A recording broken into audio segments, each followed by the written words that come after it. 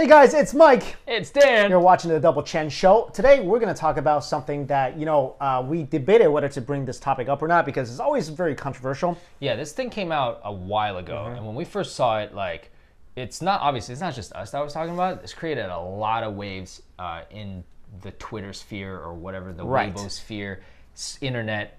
But I think we should talk about it. I think so too. Yeah, because I think we have some good things to say about it, but definitely it's really interesting, so here it is. Right. This is basically a local studio, Hong Kong studio. Like a design studio that created these graphics. Yep. That what in their perspective, this is how they think Hong Kong and mainland China are different. Right. I think originally there was some they really wanted to differentiate to the rest of the world, okay, Hong Kong is not China, and here's how we differ, and a lot of the things are offensive. But that's where you kind of that's where there's so many going back and forth on both sides. Right. Because there's some truth to it. And I think what I want to talk about is what I think the truths are. Exactly. And what our they're perspectives. From. Right. And obviously, every time we do this, the 50-cent army shows up. the 5-cent army, whatever the heck they're called. You know what? It's fine because people, we get a lot of comments. I think the first one is interesting because symbols mean a lot, right? So on the left, there's the hammer and sickle, which is the communist symbol. Yeah. Right? No, China's flag today doesn't look like that. It's got the stars with the 4 stars. Yeah, which is still it still symbolizes communism, because if you guys don't know what that actually means, it means that it symbolizes people, I think, different groups.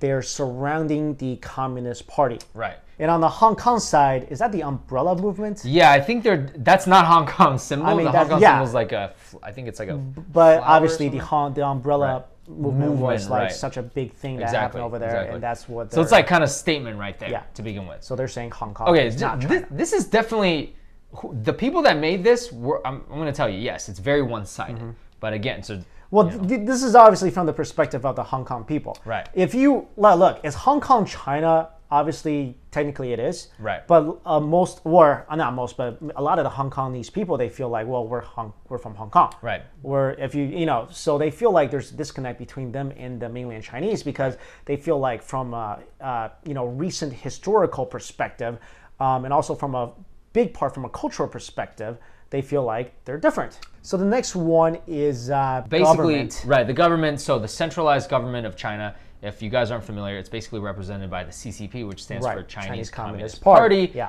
And yes, that is extremely true. It rules everything. Right. Everything in China, it's state sanctioned. Right. And if it's not, it's either gonna be or it's gonna be outlawed or illegal. Let's not kid ourselves. Right. Everything in China is controlled by the CCP. Yeah. Everything. Even religion. Even your property. Everything is state owned. Yes. And on the charts on the Hong Kong side, this looks like a typical democratic organization, checks and balances system. Yeah. So next is media, right? Right.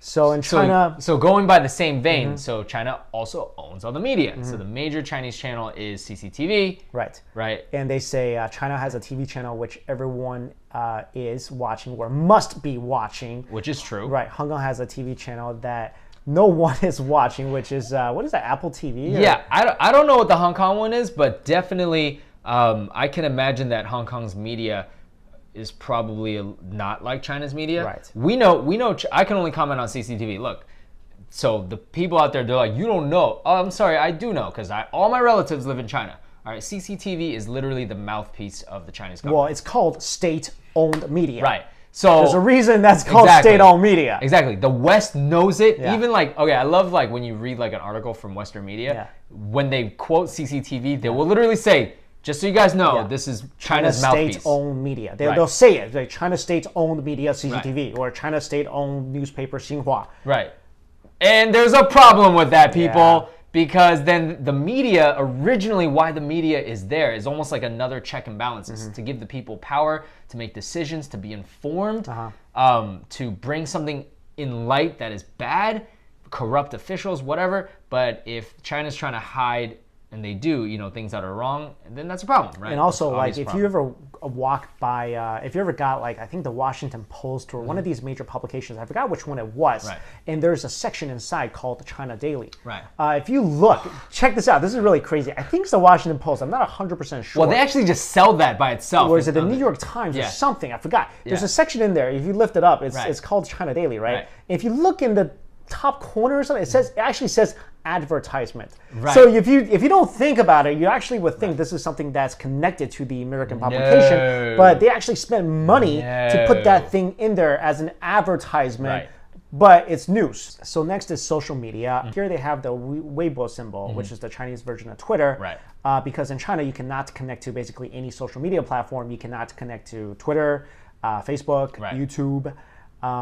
Basically any of those. Basic social media, you cannot. So look, every time we say that on video, people are like, "Well, I connected to." Look, you're either doing it through VPN, Right. or you're in that Shanghai free trade zone where they Right. just allow you to do in that little specific area. But Right. most of China, you cannot connect to these social medias. So Hong Kong's like you connect to the free world in Hong Kong. So Hong Kong Right. obviously has no restrictions. So that is correct. So next one is pretty much the same email Right. system. Gmail, basically anything Google.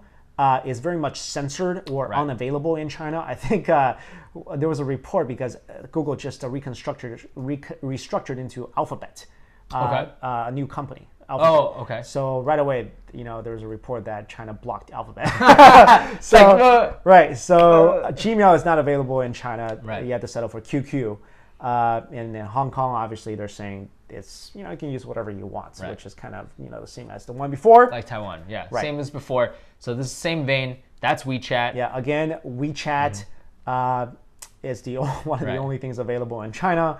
Hong Kongers can use whatever they want. I mean, sure. I mean, like, if you just take it for face value, it looks Yeah. like choices, but in those choices is actually a lot of much deeper Right. things. So basically, what those three things are saying is that online you have a lot less freedom in China than you do basically in Right. Hong Kong. It's basically like if you ran a business, Right. and you don't want your employees to say anything bad about your business or Right. leak any, secret. Like, look, if you had nothing to hide, Right. you wouldn't care. You'd be like, Right. yo, talk about whatever you want. Right. I run a legit business. It's Exactly. awesome. But obviously, there's something fishy going on there. Right. Well, one of the things that they want to hide is how toxic the food is. This next graphic. Right. Look, we're not saying that you go to China, you can't eat anything where you're gonna die. We're not saying that, but look it up. Google this stuff. I'm We're not saying just we're not just saying. Look, there is a Dude. ton of Dude. fake, toxic food coming Okay. out of China. I might not live in China now, but when my own family, I have tons of family that live in Shanghai, other parts, dude, they're even afraid of eating. They're like, Yeah. yeah, we can't go out to eat. I mean, I've heard of glow-in-the-dark pork, fake eggs, Yeah. fake buns, cardboard buns. Fake anything. Everything. So the next one is 爱党爱国, which okay. this is they say the street banner in China is basically 爱党爱国 means love the Communist Party, love this country. Right. And in Hong Kong, the street banner is 天灭中共, which means God will destroy the Chinese Communist Party. Let me just talk about this a little bit here. First of all, let's understand something, get something really clear. Right. The Communist Party is a political party. Right. It does not represent China. Right. A lot of people can't get No, they that. can't differentiate that. Yeah, because can't. it's just like me saying, hey, you're in the U.S., right? Do you love the Republicans? Oh, you don't? Yeah. Then you don't love the U.S. No. What kind of sense is that? No. Sorry, that's just a political party. Right. That doesn't mean the country. So Right. it's kind of crazy because this is kind of true. Like in China, you have to love the Communist Party. You do. Before And they basically beat that anything. into you. They beat that into and you, that's yeah. true. When I was there, our pledge of allegiance, was to the Communist Party. That's right. It wasn't to China. It was Right. to the Communist Party. Right. Like here, we pledge allegiance to the flag Right. of to, the United to the States. symbol of the United States. Right. It's not, I pledge allegiance to the Tea Party. Right. Everywhere else, if you just mention communism, people are like, all right, that's not good. That's not good. Right. But It's not only good. like a lot of the Chinese people, it's ingrained in their head that if you Right. talk bad about communism, Right.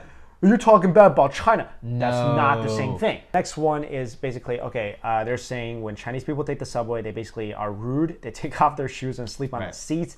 And Hong Kong people are more civilized. That's basically what they're saying. Right.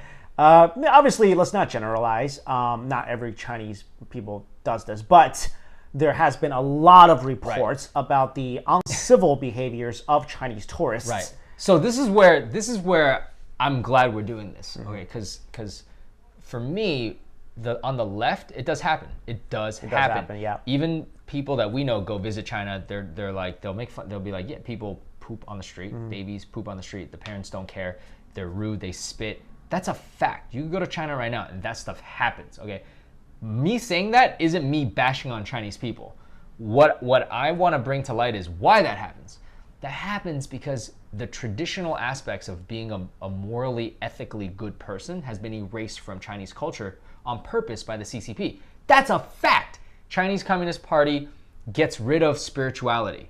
You can look that up. Okay, that's a fact. So by doing that, you're actually getting rid of the foundation of becoming a good person. So I'm not saying like all Hong Kong people are model citizens, but I'm just saying that if their traditional culture hasn't been destroyed by the CCP, it means that they have grown up with some semblance of morality.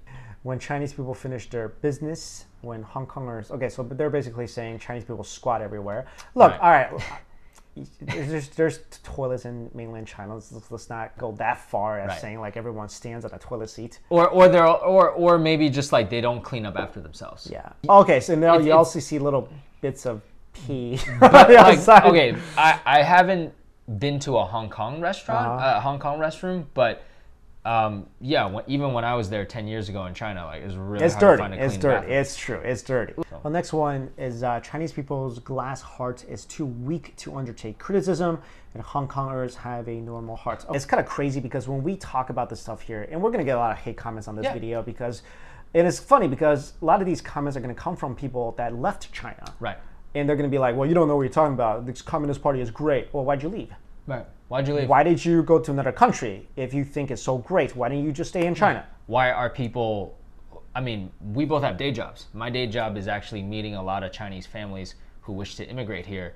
And they literally are like the parents are like, look, I can't get out of China, but I want my kids out.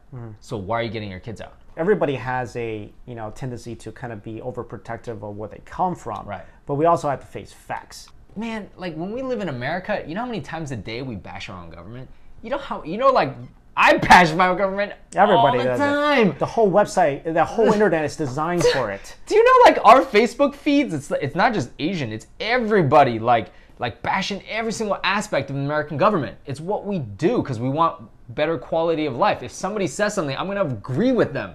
I'm not going to attack my friend for being like, you don't love America, therefore you don't love people, you don't love us. Like, no. The next one I really agree with. Basically, what they're saying is that in China, they teach simplified. In Hong Kong, they teach traditional. Right. Where in this case, this is the character for heart. For love, yeah, sorry. love, They're yeah. basically saying, how can you have love without heart, which is the symbol in the middle, the Right. sheen.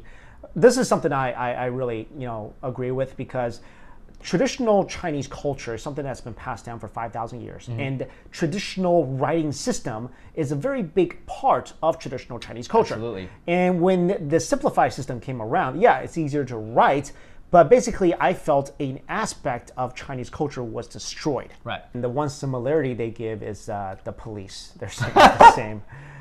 Which I don't, yeah. Because during the umbrella, I mean, whatever. That's kind of funny. That's like a little thing at the end. I mean, I would say though, because here's the one major thing, because Hong Kong has, this is why we need freedom of speech, right?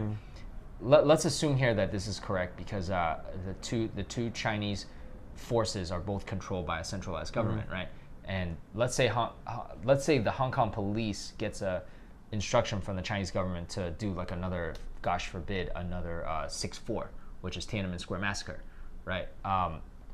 Well, at least they're reluctant to do that, and they don't want to do that for fear that because of the freedom of social media, they can get out. So at least that's one very good thing to me about having freedom of speech. The comparison between Hong Kong and China is very distinct because, look, Hong Kong is basically like any place in the free world, right? It's just that the proximity of it, it's part of China, right? So it's supposed to be under a one country, two systems thing, right. But obviously, Article 23, all these other things that come about, where the Beijing is trying to change all that, right? But it really kind of gives you a look at what China would have been like, let's say, if communism wasn't, you know, there, if the Communist Party didn't take over China. I mean, they'd probably be bigger than the U.S. by now. If you look at Hong Kong or Taiwan, that's basically what China would have looked like. Times 20,000, You know, whatever. if the Communist Party didn't basically take over the country and change things, I think, for the worse. Right. You would have a more, let's be honest here, you would have a more free country. I'll say you, but you know, I mean we, because I probably would have stayed in China. My parents probably never would have left China because Same here. the opportunities in China would have been just as, you know, just as numerous as the U.S. or anywhere else. So why did we wouldn't have had to leave? Exactly. There wouldn't be the crazy population boom because of the Mao Zedong policies. Right. There wouldn't be the Cultural Revolution. There would be no sense of danger. You know, staying in that country. A sense of like, you know, I can't really make a future in this country. That wouldn't be there. It'd just be a normal, beautiful country that I would love to be in. That I would love to live in. One day China's government changes, you might actually move back there. Well, anyway, guys, that's just our perspective. And let us know your thoughts on this in the comments below. Thank you so much for watching. See you later. Later.